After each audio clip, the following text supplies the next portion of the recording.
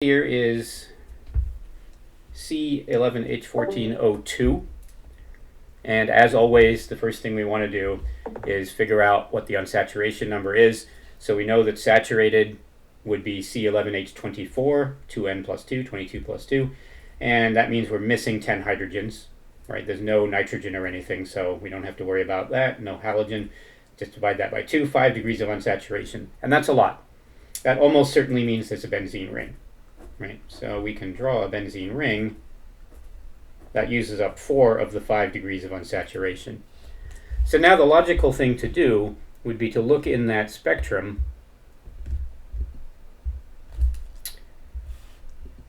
and look for things in the IR that might enable us to confirm that there's a benzene ring, right? Or the benzene ring. So monosubstituted and metasubstituted have a pair of peaks. It's clearly not one of those because we just have that one peak down there. And orthosubstituted should have a 735 to 770, whereas a parasubstitution should have a peak between 790 and 840. You probably can't make out those numbers. You will be able to in the recording, right? So the higher frequency, the fact that we have a peak there at 840, is evidence that we're looking at a parasubstituted benzene ring.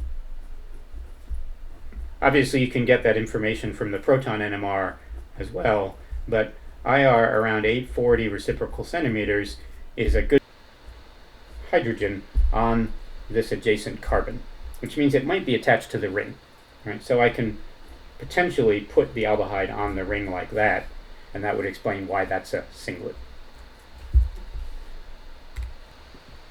Oops, that's not a distinctive enough color. Let's make this green. So that is a prominent peak. Right? It's nice and broad. It's about 1300-ish. 2, right? This is the 2 hydrogen integration telling me that it's a CH2. Right? Delta 4.0 tells me that the oxygen is next to there, and then the fact that it's a triplet gives me that. So I have an OCH2CH2 piece.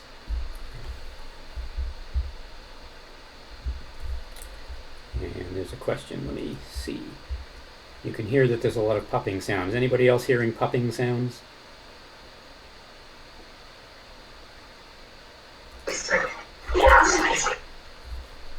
Interesting. I have no idea where they're coming from because my dog's not here making any noise. Well, I guess we'll have to make do.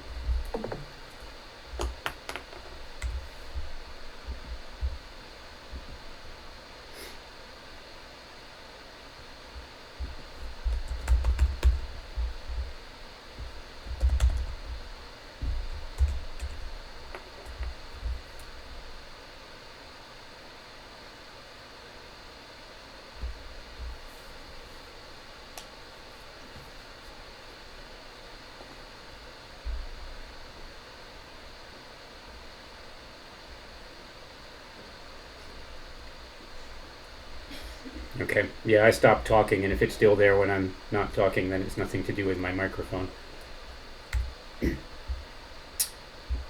Anyway, so back to the spectrum. And so we have this other peak here, right? That is evidence of next to oxygen, so that's consistent with an ether. These 2 peaks here between 1 and 2 are not that useful yet. But we want to look at this peak that it's at 1, and it's blown up here. So there's a clear triplet. Right? So there's a 3 hydrogen triplet with a delta about 1 ppm. 3 hydrogens means it's a methyl. Triplet means it's next to a CH2. And that means it's just an ordinary alkyl. So we can write this piece. And we have a CH2CH3 there. So at this point we've actually used all of our carbons, hydrogens, and oxygens, so it should be a matter of putting together that fragment and this fragment into a final structure, which we can do by simply attaching that butoxy group to the other position on the ring.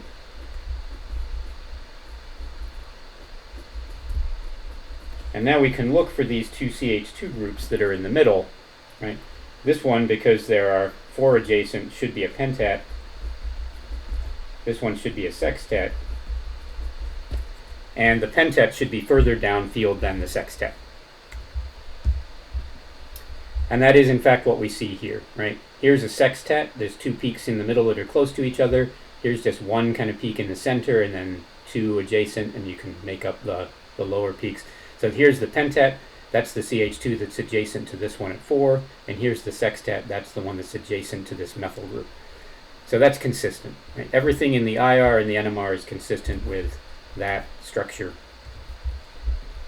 that looks like this. So it's a butoxy group. Here's the ether and the aldehyde, and we have the para-substituted benzene